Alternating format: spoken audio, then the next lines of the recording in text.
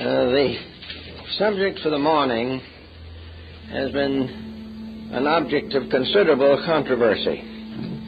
And back in the old medieval periods, there were very elaborate works dealing with magic. Magic, sometimes uncertain, often unsavory in those days. Dark circles at the crossroads, haunts, various forms of black magic. All these finally gathered together under the general term of the astral light. The word itself, of course, is a perfectly innocent word. It really means essentially the effects of the stars, the convergence of star energies upon the atmosphere of the earth. We have a feeling of what they do when they affect us by astrology and by weather and by numerous meteorological reports. We are informed, at least in part, of starry influences. But the effect of these influences upon the Earth's subtle atmospheres became the basis of an elaborate structure in magical thinking. First of all, we have to follow the general pattern of antiquity in the discussion of the planet itself. We think of the planet Earth as merely as a son of balls surrounded by some atmosphere and floating in a great sea of space. This is not the way the ancients looked at it. They considered the planet to be based upon the same general pattern as the human being himself. Man has a physical body and he has invisible principles operating through it. To the ancients, the earth had invisible principles. The earth was not merely a lump. The earth was an organized structure, a structure that was capable of supporting life and passing through innumerable vicissitudes and changes of itself. There was not only a visible earth, but an invisible one. There was not only a physical earth, but there was a superphysical one. And the invisible structures of the earth, like the aura of the human body, were energy fields. And these energy fields were involved in the evolution of everything that exists in nature. All the kingdoms of life are nourished by the energies from appropriate levels of the energy fields. A large part of magnetic healing is a result of energies being directed, either by human consciousness or by various medicinal substances which carry these energies. Therefore, the whole planet is a vast organism, a tremendous, vital, dynamic structure, of which we in our daily living see only the outside and the surface. Beneath the surface is not just simply vast strata of rocks and volcanic forces. The invisible part of the earth is a tremendous being, for as the ancients put it, the earth is alive. The earth is a living thing. It is not simply a body or an object. Everything that exists in some way or other is alive. There is no death in space, but constant transformation. So the earth itself was a being, and in the mythology of the ancients they had appropriate deities to symbolize not only the earth but all of the separate parts of the earth's structure. The earth has its own mind, its own emotions, its own vitality. It not only is able to support life, but it is able to direct life. It not only brings us all the different forms of energy and life which we know in daily living, but it is behind this a conscious, rational power. Now, most people today, of course, don't believe this. Science has taken the attitude that man had the mind and the rest of nature was in existence only for man to tamper with. But this is not the way antiquity viewed it. The ancients were convinced that there was a tremendous vital power behind the physical form. Researches on the magnetic field of the human being have justified the realization that man also is both visible and invisible. The invisible part of man is sidereal. It is an energy field. It has its own memory. It has its own records. It has its own morality and ethics. And when a human being with his mind transgresses the ethics of the magnetic field, he gets sick. Because everything in nature is constantly laboring towards an equilibrium which will keep things as nearly in order as possible. So we look at the earth now as a kind of world with many levels. The Egyptians did the same thing. In the old tombs there are still old diagrams showing the levels of the planet and of the solar system and of all the invisible beings that dwell therein. The Tibetans and Buddhists had the 7 heavens, and so did the Christians in the Apocalypse. All of these mysteries are now counted as merely aberrations. Well, some of them probably are aberrations, but what is an aberration? What is it that causes the individual to create fantasy? What is it that causes him to emotionalize every fact of his living? There has to be an emotional energy or he cannot do it. There has to be a mental energy or he cannot think. There has to be a vital energy or the body could not be repaired in case of sickness, and the growth of the child would be impossible. So everywhere there is life behind the scenes. Now, as soon as man began to recognize the possibility of life behind the scenes, he wanted to get to look at it, to find out about it, to do something with it. He was not content simply to live in a mystery. So he went to work, but unfortunately he was not well equipped for the job. The energies which he was seeking to understand were also in himself, but he had never done anything with them in himself. He had never attempted to organize his own life and bring it in harmony with the universal purpose. He was determined to take this universal purpose and force it into harmony with his own purposes. So there was a conflict here, and out of this conflict, magic was one of the byproducts. It was one of the experimental structures in which the individual was attempting to understand the energies around him, moving through him, and variously conditioning him. Among other things, he discovered that his mind could control not only visible and physical thoughts, but invisible thoughts. The mind of the individual could create thoughts. And where are thoughts? What are they? How are they born? Do they live? How do they die? Here is something that we pass over. We don't even try to explain these things. We say we had an idea one morning. Where did it come from? Was it any good? How do we know that it came from us? Did we borrow it from somebody else? And is this idea useful or useless? Is it constructive or perverse? Is it helping something or hurting something? These problems we have no way of estimating except through the old esoteric doctrines that have descended to us from minds such as Paracelsus and Pythagoras. The ancients definitely believed that the individual had a field of energy around him which could and did affect his life, that he also could poison this field with his own thinking, that he could destroy himself, and that phenomena such as drug addiction and alcoholism are aspects of the perversion of energies, that they are the sickening of the field of the imagination that surrounds the body. So we have a problem that goes back to the dawn of time as to what is imagination, how does it work, and is there a solid structure there, and how can we direct it, or how does it direct us? All this was part of ceremonial magic, became involved in the Kabbalah, and has more lately taken its place in metaphysical psychology. All of these elements, therefore, must be brought down to some level where we can use them, where we can find out what they're doing to us or what we are doing to them. At the present moment, the astral light is largely the product of what we have done to it.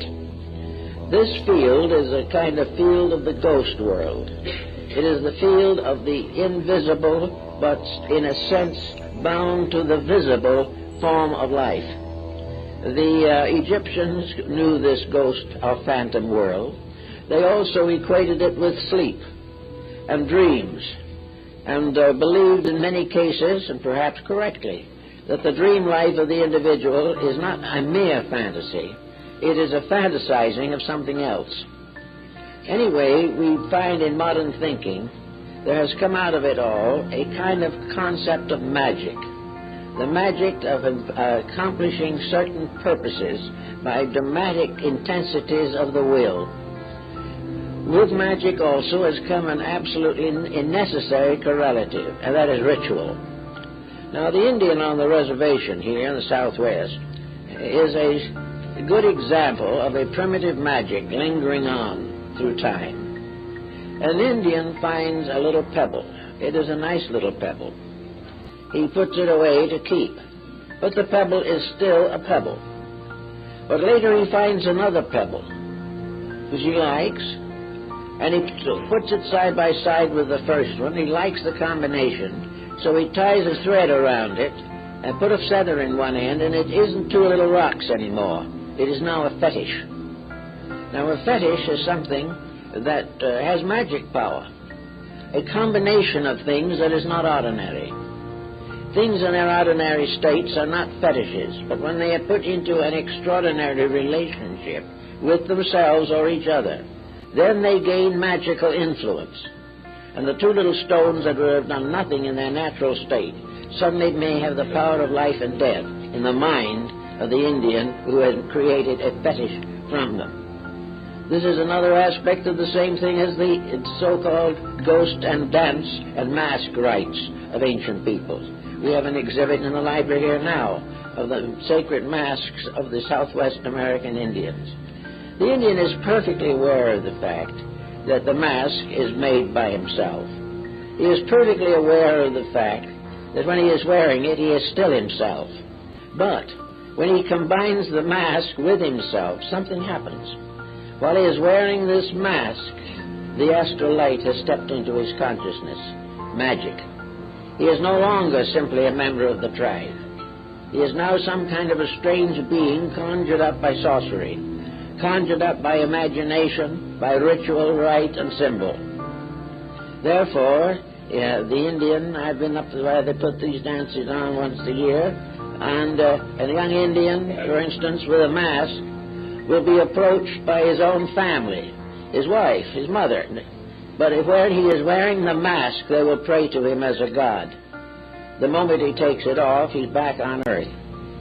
But in the midst of ritual, of magic, of transformation, something happens. Eliphas Levi, the French transcendentalist, says that these things are creatures of the astral light. There's something that is not really imaginary and yet is, something that gains a new dimension. In spite of the strange fantasy of it, we realize that this type of thing has been in religion since the beginning.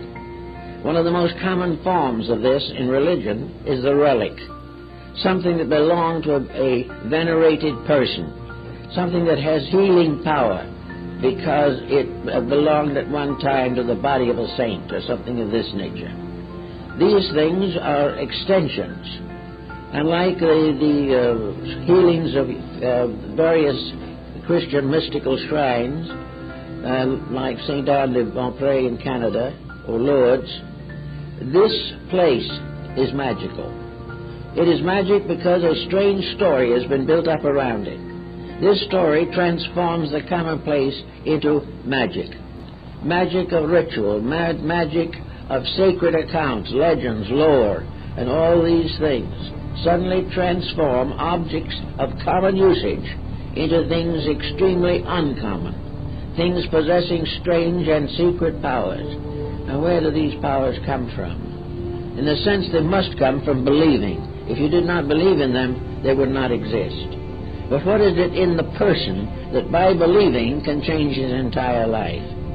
What is it that when an individual, for instance, is converted to a religion, that this conversion, in words, the laying on of hands, or some symbolical ritual, suddenly transforms him?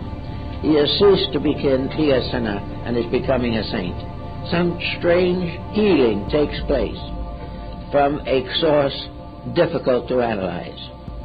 All these different mysteries seem to belong to an invisible realm that is very close to us, and which under certain conditions becomes available to us. a realm which perhaps we contact in sleep, in dreams, in nightmares, in trance, and under psychic pressures, as through a medium or something of this nature. There is some mysterious contact which suddenly changes the commonplace, that makes us believe things that in our more sober moments we would not believe. But whether they are sober moments or not, when they happen, even the skeptic is profoundly influenced.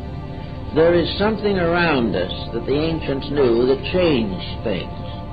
And this probably came originally from the belief that the spirits of the ancestors remained close, and that the old tribal chief who had passed on still guarded his tribe. He also got unhappy if the tribe broke the rules. If they did something they shouldn't do, the old spirit haunts them, and they have to placate it by making offerings, prayers, ceremonies, and doing various things to counteract the disfavor that has arisen between themselves and their patron deities. So all the great pantheon of deities propitiated by rites and ceremonies and rituals this is all very hard to explain, but beyond it all, and in spite of our uncertainties, it works. Something happens. And it is this something that happens that has been the subject of most ceremonial magic. That the commonplace under uncommon circumstances gains a new dimension of power, and that this power is available, that this power does operate, and that this power can profoundly influence the individual. Now there comes another point in this, that to determine the degree of the power and to determine the way or means of the influence. To begin with, the influence rises from believing. Believing is something which leaves a person open to the unfamiliar and also makes possible the miracle. Without believing, the miracle is virtually impossible. But with believing, faith, and trust, with belief that it is possible, miracles of incredible proportions have occurred.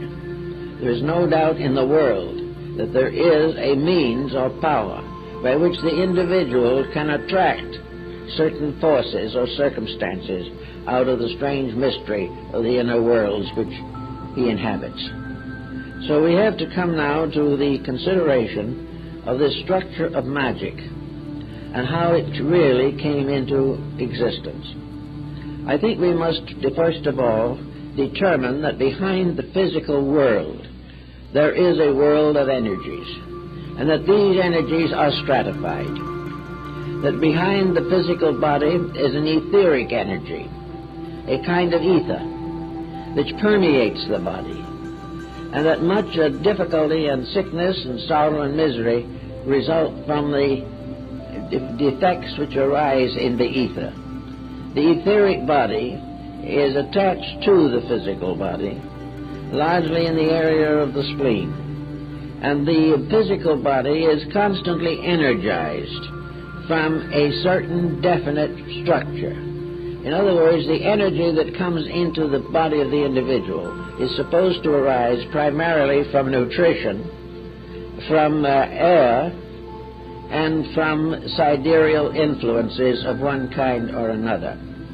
Influences can also be communicated from one person to another, and an individual highly venerated has a much stronger effect upon others than one who is not so venerated. So all around us, believing is releasing, changing, moving energies. It is conditioning them for good or for bad. It is conditioning the bad conscience to face the probabilities of punishment. It is conditioning the dedicated mystic to the realization that sometime he will have all the answers to the questions that he asks. Everywhere a kind of mystical sympathy exists between things. And this mystical energy also relates to deity, for the most extreme and abstract of all problems is God. And God is the source of all life, and the universe is the structure through which this life is disseminated. Therefore, somewhere, whether we see it or not, is a great arterial system of energies, these energies moving from one level of application to another. One stream of energy feeds the trees and another one feeds the flowers. Everywhere, however, energy is supporting all things that live. Yet the energy apart from something that lives is definitely impossible to define. Energy can only be known by what it does. Energy can only be assumed to be real because without it, many questions could not be answered. So we have an energy field of life.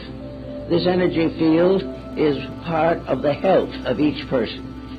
The energy disseminating through the body moves through all of the circulatory system. Some of this energy is in the tiniest cell or atom. Part of this energy gives us the power to think. Another part gives us the power to walk. All this energy of some kind is real. Now, we have long assumed, for example, that the body just takes care of itself, and if we feed it regularly, it'll take care of us. This is a complete lack of understanding, and it has very serious consequences because it prevents us from cooperating consciously and intelligently with the energies which do supply us the necessary elements of health and survival. Therefore, somewhere in this pattern, there is an energy, a sea of it, a great ocean of it, which like air itself, which may be its principal carrier, that fills all of these vacancies of space, exists in every creature, shares its reality and its power with the horse and the tiniest insect. Everything is supported and is alive because of a life principle in it. And this life principle is not sustained by food. It is not sustained by exercise. But its condition and its ability to function is largely influenced by the conduct of the creature that it inhabits. That this energy is universal, not only in its dissemination, but in the infinite variation and variety of modes and forms. Therefore, it is indeed a kind of protean life that takes any appearance that exists. It can be found in the anthill or it can be found in the elephant. Everything that lives off of this energy, and in everything this energy is exactly adapted to the needs of that thing. The answer seems to be that in one way or another the energy is what fashioned that thing in the beginning, because every physical visible force is merely a manifestation of one of these great invisible streams of energy that functions in space. So if we start looking into this, we begin to say how the ancients could have imagined and did imagine that this world that we don't see, the world in which we are constantly pouring things and having them poured back at us out of this strange atmosphere. One of the most common problems, of course, is imagination. Is there anything that a human being can imagine that could not exist? This has been a great question. Is imagination capable of creating life or creating things? Or is it merely a transformer? Is it merely a way in which energy of another type is steered or conditioned into a pattern we have created with our own thinking? Now, I think in fantasy we have this fairly well figured. We find healers, and spiritual healing is distinctly a possibility. We find that magnetic healing is accomplished by opening up the locked areas of distribution of energy through the body. All death in form is the result of obstruction. Energy breaks up obstruction. If energy fails, obstruction takes over. So healing of various kinds of a religious nature certainly does exist. Now, of course, the moment you say that, you place yourself in the problem of magic. If you study this and you realize that you have been to a healer of good reputation and that you have had constructive results, the question now remains is, why and how did you get these results? Did the healer actually give you a kind of healing that was separate from your own consciousness? Was it superior and absolute like a medication, something that is given to you? Or was the healing a stimulation of your own internal resources? It is probably a little of both. It is a little of both because under a belief we are capable of accomplishing a great deal. This is well pointed out in Oriental philosophy in the problem of Zen, where the entire development of the individual arises from the complete conditioning of his own psychic integration. Now, if it is this, if it is the individual who is healing himself, then he is healing himself by releasing energy. He has broken up an obstruction. Now, if we go up to another level of energy, we can take mental energy. An individual who has a new idea or learns something will have the power to break up the obstruction of a previous error. If he discovers he was wrong in something, and by discovery gets a remedy, then he breaks up the error pattern in himself. And how did the error pattern get into him? It came because he himself put it there through an erroneous attitude, or by believing something that was not true.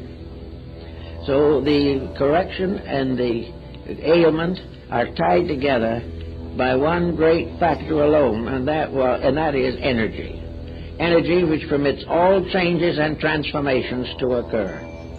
Energy which changes the moral life of everything, results in the evolution of species, results also in the mysterious worlds of space around us. Energy, then, is a factor in all magic. It is life. It is something that can be steered. Now, there are two ways of steering it. One is the individual trying to adapt it to his own needs, and the other is a universal power adapting or adopting energy to its purposes through living things. Therefore, there is an energy that arises directly from deity, and there is an energy that arises from deity but is distributed through forms including the human being. And this is represented in the ancient formula by the fact that there are rays that go directly from the sun to the earth and from the earth into man. There are also rays that go directly from the sun to the moon and then are carried across to man from the lunar orb, even though it is dead, so-called. There is no thing actually dead. But the energy field of the moon is very slow in comparison to that of a live planet. So all these different things are happening in space. And in the midst of these rises the magician, the person trying to use magic. Magic being the adaptation of energy, the application of it to other forms than that which is most commonly assigned to it. The energy factor that says all things are possible. The energy that takes the poor boy into the great scientist, or takes the comparatively self-centered individual and makes out of him an economic giant. These things are all energy. Without the energy, he couldn't accomplish anything. But with the energy, he has something that adapts itself to the shape or purpose of himself. But there are laws governing this energy, and the individual does not normally know what these laws are. Therefore, he assumes that energy can be used as he pleases. And if he discovers new ways to use it, he is that more fortunate. Actually, however, energy is conditioned, limited, restricted, and specialized just as every other element in nature. So the individual who uses energy for magical means came finally to become considered under two headings: ceremonial or divine magic, and negative or black magic. White magic was the use of all energies for the good of all that lives. Therefore, white magic is the unselfish application of energies. Black magic is selfishness. Black magic is the use of understanding, wisdom, knowledge of secret matters, by means of which an individual can impose a tyranny upon someone else. So the use of energy has its own price, its own expense. its own bill that will be definitely brought to bear on the subject. In the problem of energy, then, now we'll go into a kind of an Egyptian phase of this, and we see the individual in a world of shadow forms. We have a term here, symbol, and there is an ancient art of symbolism. Now, a symbol is a picture of a motive or an idea or a meaning. It is putting a mysterious truth into the form of a picture. And this is also the same thing that happens in the case of the astral light. All action, all attitude, all feeling can be considered as pictorial. Everything that exists has a shape of some kind. Some of these shapes we can see around us in daily life. Some of these shapes impose themselves upon us in sleep as dreams and nightmares. Some of these shapes never appear to the physical world at all. Others are particularly limited to the abilities of psychics. But in every instance, every single thought or emotion has a picture, has a likeness of itself, a mathematical pattern, a geometrical balanced design which stands for it. All the symmetrical patterns are related to good or constructive things, asymmetrical to evil. All things that are good are beautiful. All things that are bad are ultimately hideous. We therefore always represent evil beings as monsters of one kind or another. And we are a little closer than we realize to the symbolism, because all evil is monstrous. All things which are destructive look destructive if the psychic or the clairvoyant has the capability of seeing them. Therefore, in the Egyptian philosophy, the world of the afterlife is filled with symbols. Symbols that have been brought into existence here. Symbols that represent conduct, codes of action, ways of doing things. And in the human being at the time of death, there is a ka, a particular level of being which contains or epitomizes these emblems, so that the ghost of the individual going into this other dimension takes on the appearance of its true nature rather than the appearance of the person and how they looked in this world. Consequently, the evil person slowly becomes symbolical of an evil arrangement of things. An evil picture, an evil monstrosity appears, which has no real existence as a monster, but is simply a true picture of the behavior of a living person now deceased. This living person, therefore, now deceased, remains either approximately human, going on until the re-embodiment, or it goes through a process of renovation, to the Egyptians at least. They believed that this ghost-like thing represented a level of the being, a kind of shadow, a symbol, an emblem. And in the afterlife, the individual remains for a time identified with this.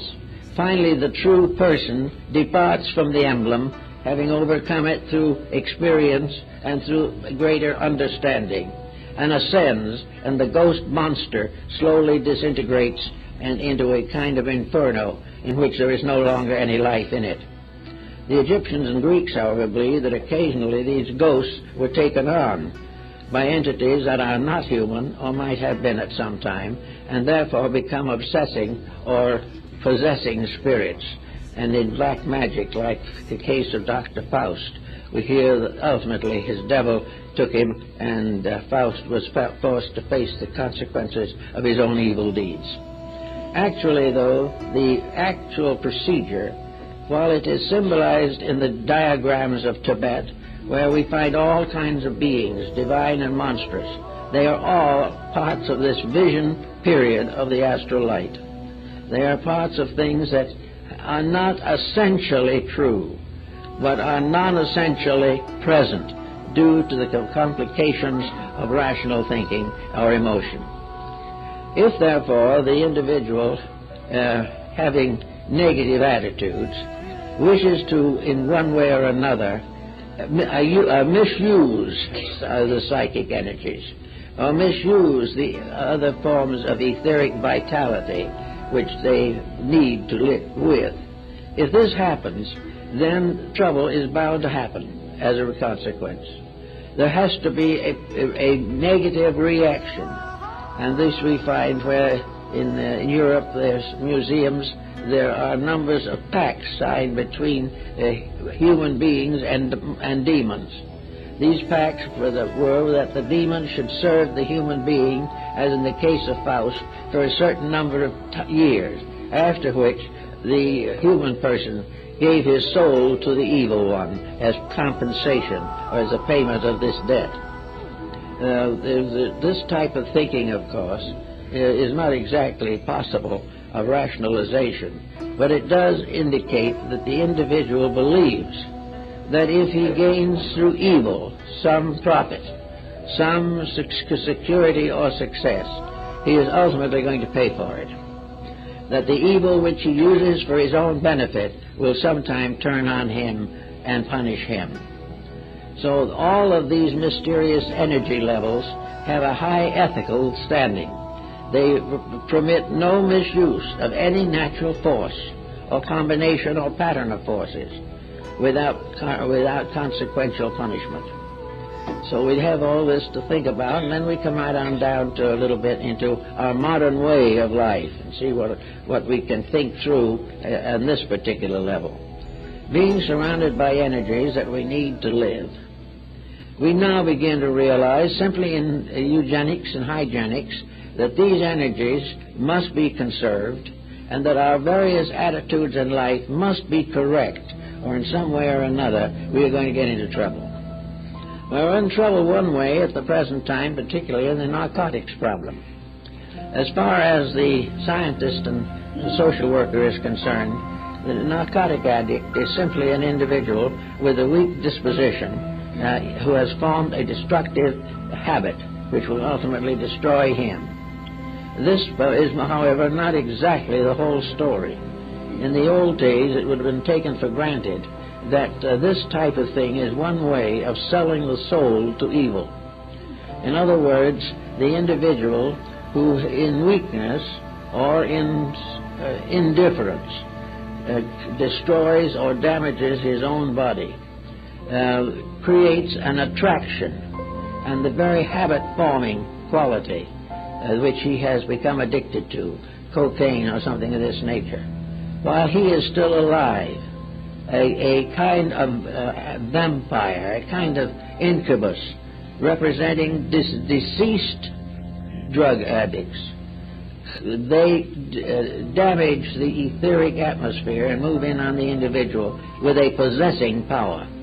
And no doubt that many of the reasons that drug addiction is so difficult to break is that the individual is fighting not only his own weakness, but an obsession which has taken over part of his internal life. He has to break away not for himself, but for something that has moved in upon him like an obsessing monster. And this monster is probably a deceased person, still desperately desirous of having the narcotic or drug. All of this seems fantastic, seems as though it might be sheer imagination, but whatever it is, the fact remains we're in trouble. The fact also remains that we are in trouble from only one cause, and that is the misuse of the vital resources that we possess. We are in trouble because we believe things that are not true, and by means of one type of energy we create a verisimilitude for these things that are not true. In other words, energy can be wasted on a delusion. Energy can be wasted when we believe something that is not right. It can be moved to its own destruction when we attempt the impossible. And it is also undoubtedly true that it will give us trouble the moment our ambitions impel us to acts which are dishonest or dishonorable or selfish. Energy is moral. We have to recognize that this problem is one of ethics, that every misuse of energy is punished by that energy itself. The energy which is disappointed or abused is like a physical body that has been damaged by excess. the body finally turns and punishes the person who has abused it. Energies do the same thing. Emotional things, energies, feelings, will turn upon the individual who abuses them. The energy of emotion is part of the astral light. It is part of this mysterious invisible which performs visible functions. Therefore, hate is certainly a misuse of energy. All the different excesses, every unbeautiful or ignoble use of energy, any abuse of energy, is not punished by the body but through the body. It is punished because the abuse has damaged the balance of equilibrium. This abuse has damaged the flow of life force through the vital organs of the body. The body is damaged, but the thing that damages it is not the actual drug, although it's bad enough. The thing that's damaged it is the habit, the idea of dependency, or the belief that some false action is going to be rewarded with happiness or pleasure. This is a world today of ulterior motives. Everyone is trying to get what he wants. Everyone believes that his own desires are of first importance, and he is perfectly willing to sacrifice other people for the attainment of his own purposes. This is an abuse of energy. This is a misuse of the mysterious field of life in which we exist. It is also tied up with the atomic records that are carried from one life to another, for these records are carried in the magnetic fields, and the individual can and will in time find out the reason for all the things that happen to him, but not until he is able to stand this discovery without personal damage. So all these different factors work together, and in our problems of daily living we have to work out some solution. And in religion we have to be particularly careful, because religion was involved in magic from the beginning, and religion is still to a great degree involved in the mysteries of the astral light. Miracles are spiritual experiences supported by psychic energies. They are perfectly legitimate if they occur, but they will not permanently occur unless they are merited. The individual who deserves a certain mysterious and miraculous occurrence may have it, but a person who does not deserve it, even if they have something that appears to be it, will be damaged rather than helped. So it's very important in religion to think through this problem of the astral light. The astral light contacts us as a substance to be used or abused, to be formed or transformed into the problems and solutions of daily existence.